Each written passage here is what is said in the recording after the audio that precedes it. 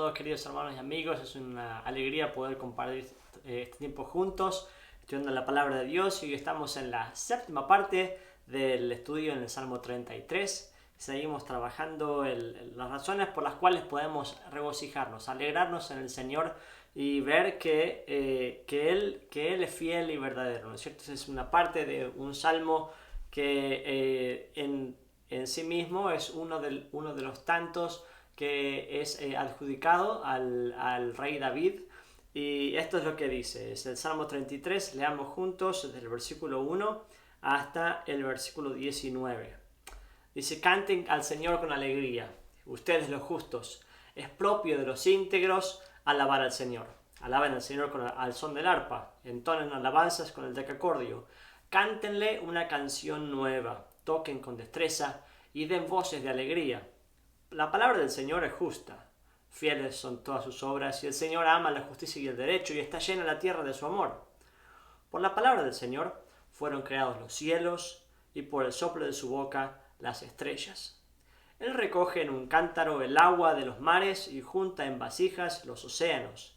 Tema al Señor toda la tierra, hónrenlo todos los pueblos del mundo, porque Él habló y todo fue creado, dio una orden y todo quedó firme.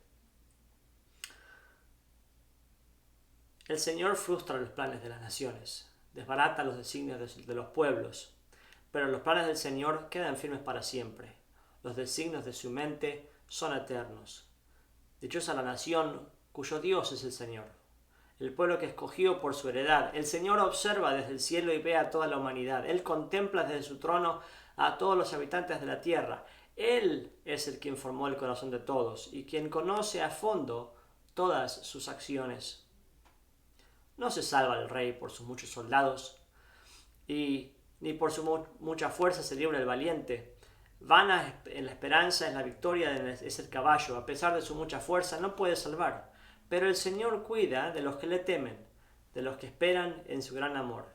Él los libra de la muerte y en épocas de hambre los mantiene con vida. Si hoy nos enfocamos en los últimos versículos, podemos leer desde el versículo 16 al 19. No se salva el rey por sus muchos soldados, ni por su mucha fuerza se libra el valiente. Vana esperanza de victoria es el caballo, a pesar de su mucha fuerza no puede salvar. Pero el Señor cuida a los que le temen, de los que esperan en su gran amor. Él los libra de la muerte y en épocas de hambre los mantiene con vida. ¿Qué puede estar pensando el autor de este salmo cuando está escribiendo estos últimos 3 versículos, ¿no es cierto? ¿De qué puede estar pensando? Bueno, si es el rey David, el autor de este salmo, que para ser justo no lo dice, pero en otras versiones es asignado este salmo a David, como un salmo de alabanza, un salmo de alegría para con el Señor. Si nos ponemos a pensar en el versículo 16, dice: no se salva el rey por sus muchos soldados, ni por su mucha fuerza se libra el valiente. Bueno, no puedo pensar que esté haciendo referencia a ninguna otra cosa más que la batalla entre David y Goliat, ¿no es cierto? Que dejó a los filisteos sin nada, y al pueblo de Israel, que estaba pensando que ya su vida ya estaba condenado al fracaso y a la esclavitud. Las cosas también han sido totalmente distintas, porque Dios abre una puerta de salvación y hace algo que no estaban esperando. Entonces, por eso es que está diciendo: el rey no se salva por sus muchos soldados, ni por su mucha fuerza se libra el valiente, sino que es el que está diciendo, bueno, es Dios el que da la victoria, ¿no es cierto?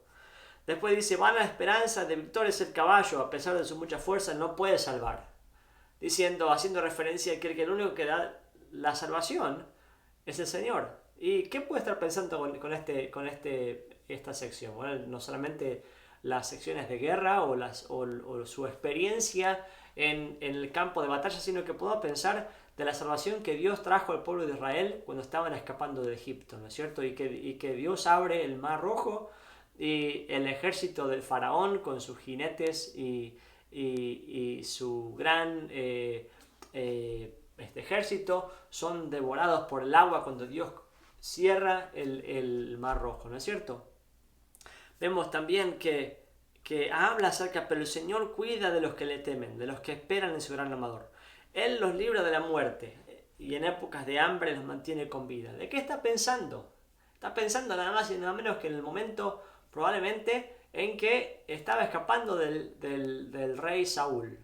En momentos en que su vida estaba corriendo peligro porque estaban buscando deshacerse de él, ¿no es cierto? Que era en sí mismo una amenaza para el rey, porque Dios ya había elegido como el próximo rey y a Saúl no le gustaba, entonces estaba en tiempos muy difíciles en que su vida corría peligro y que en épocas de hambre los mantiene con vida. No solamente puede hablar de su propia experiencia, sino también podemos pensar en Elías cuando estaba escapando del rey que había puesto precio en su cabeza, ¿no es cierto? Y que Dios lo mantuvo con vida en el medio del desierto y le mandaba de comer por medio de los cuervos. Entonces está haciendo referencia a las razones por las cuales él puede dar testimonio de la bondad y del cuidado de Dios. Entonces, una de las palabras que vino ayer cuando estamos en la reunión de oración aquí mismo fue la palabra de falso confort, ¿no es cierto? El deseo de satisfacer nuestra propia ansiedad y nuestro propio desazón por querer controlar el futuro. Entonces, en nuestra cultura estamos rodeados de ese deseo de poder satisfacer nuestro deseo de seguridad. Y muchas veces ponemos nuestra expectativa y nuestro confort, nuestra confianza en las cosas que podemos poseer. Un rey puede jactarse del poder que tiene de acuerdo a la cantidad de ejército que tiene, de su fortaleza, de sus recursos. Pero cuando pensamos en eso vemos que es solamente una vana ilusión. Tenemos todos el deseo de tener seguridad y ponemos nuestra seguridad, nuestra esperanza en las cosas incorrectas. Tenemos un sentido falso de confort. Y lo que pasa cuando empezamos a acumular cosas y a tener las cosas a nuestro alcance, nuestra seguridad, tenemos la tentación de relajarnos y de poner piloto automático, ¿no es cierto? Bueno, no tengo que preocuparme en nada, tengo todo lo que necesito, Dios ya me dio lo que necesito, entonces estoy bien, no tengo que preocuparme. Entonces creamos un corazón que no tiene sensibilidad para con Dios, un corazón que está confiado en su propia fuerza, confiado en sus propias acciones, en su propio poder. Y el Señor, eso no es lo que está deseando de sus hijos, porque ese no es el propósito de tu vida, sino nuestro llamado es poder confiar y esperar en el gran amor del Señor. Una de las cosas que podemos ver en los ejemplos bíblicos es que el Señor bendice a su pueblo, pero para que la bendición no sea un ídolo, sino que para que podamos usarlo para ser de bendición para otros. Entonces, mi pregunta es, ¿cuáles son las cosas que te renuevan y que te traen paz? Porque últimamente estamos bombardeados por cosas que para comprar, para adquirir y para adquirir un falso sentido de la seguridad y confort. Pero la verdad, siendo sinceros, ¿eso es lo que nos trae paz y lo que nos trae renuevo a nuestra vida? Es como una pregunta retórica, porque la verdad es que no. Cuanto más tenemos, más sentimos que tenemos que defender o proteger o asegurar, y más nerviosismo nos trae. Entonces debemos tener la capacidad de estar atentos a dónde ponemos nuestro esfuerzo, en qué ponemos nuestra esperanza, en qué ponemos nuestro desempeño. La palabra de Dios nos habla aquí en el versículo 17 acerca de la esperanza. Vana esperanza de victoria es el caballo, dice, ¿no es cierto? En el versículo 18 la palabra de esperar también tiene que ver con la esperanza, ¿no es cierto? De esperar, de poner la esperanza en el gran amor del Señor. Hacen la diferencia, ¿no es cierto? Entre dónde ponemos nuestra confianza, nuestra esperanza, nuestro porvenir. A veces tenemos que tener cuidado porque ponemos mucho más esfuerzo en desarrollar negocios o trabajar duro en nuestro propio trabajo y hacer esfuerzos podés satisfacer ese deseo de confort y ese deseo de seguridad, que en realidad son falsos sentidos sentido de confort. Y el Señor muchas veces nos llama la atención a eso y no prestamos atención. Pero el salmista acá nos habla acerca de que el Señor cuida de los que le temen. El Señor cuida, los libra de la muerte y en épocas de hambre los mantiene con vida. Significa que el Señor tiene solamente el deseo de que estemos sostenidos por un alambre, digamos, siempre ahí sin nada. No significa eso.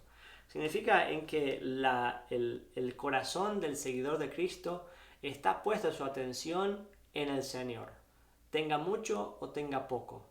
Que la prioridad no es satisfacer sus propios deseos, sino la prioridad es de tener un corazón íntegro, un corazón que está totalmente dedicado a prestar atención al Señor Jesús. Es como si uno tiene que pensar acerca de qué es lo que guía nuestro sentido de las decisiones.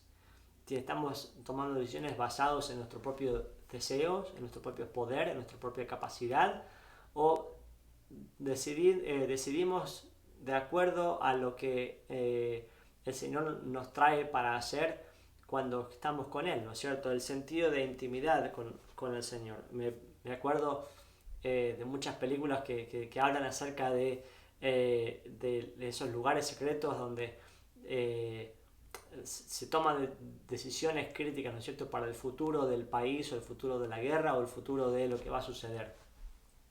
Hay un lugar secreto, un momento especial en donde se toman decisiones y no sé cuál es el tuyo. ¿Cuál es tu lugar de toma de decisiones? ¿Y cuáles son generalmente lo que te impulsa a tomar esas decisiones? ¿Es una urgencia? ¿Es una necesidad particular? ¿Es el deseo de confort? ¿Es un miedo? ¿Qué es? Porque generalmente hay tantos factores que nos empujan a tomar decisiones que no son lo que el Señor nos recomendaría. Entonces quiero animarte a que, así como terminamos la semana pasada diciendo que a veces estamos corriendo con tantas cosas que perdemos el sentido de la capacidad de enfocarnos y de prestar atención a la voz del Señor Jesús, quiero animarte a que sigamos con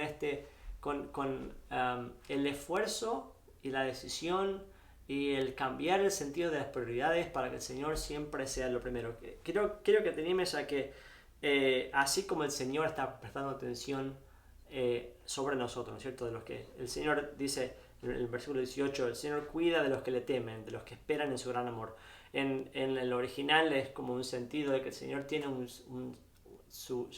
los ojos del Señor prestan especial atención sobre aquellos los que esperan en Él, ¿no es cierto? En el sentido de el Señor está atento. Entonces, quiero animarte a que prestemos atención al Señor, que prestemos atención a su voz, porque la realidad es que la intimidad con el Señor Jesús es nuestro tesoro, es nuestro regalo más grande. Entonces muchas veces lo que hacemos es poner el tesoro más grande como si fuese una cosa secundaria. ¿Por qué no cambiamos nuestra atención y hacemos que el Señor y la intimidad con Cristo sea nuestro tesoro más grande? Que nuestro sentido de prioridad sea el sentido de prioridad con el Señor, porque todo lo demás es vana ilusión. Es un poner las fuerzas y las esperanzas en los lugares incorrectos. Y con el sentido de orar y pedir al Señor de que nos guíe y que sea su voluntad, tenemos que darnos cuenta que el orar y el estar con Cristo tiene menos que ver con el decir cosas o pedirle cosas al Señor, sino en el darnos cuenta que dependemos de Él, que estamos bajo su cuidado, que no estamos en control. Y tiene más que ver con que mi vida se ajuste a su voluntad más que imponer mi voluntad al Señor. Muchas veces oramos y oramos y ponemos mucha atención en orar, pero y entonces decimos que estamos orando fuerte para una cosa. Entonces, pero lo que estamos haciendo es orar fuerte para que el Señor haga lo que nosotros queremos. Pero ese no es el deseo del Señor.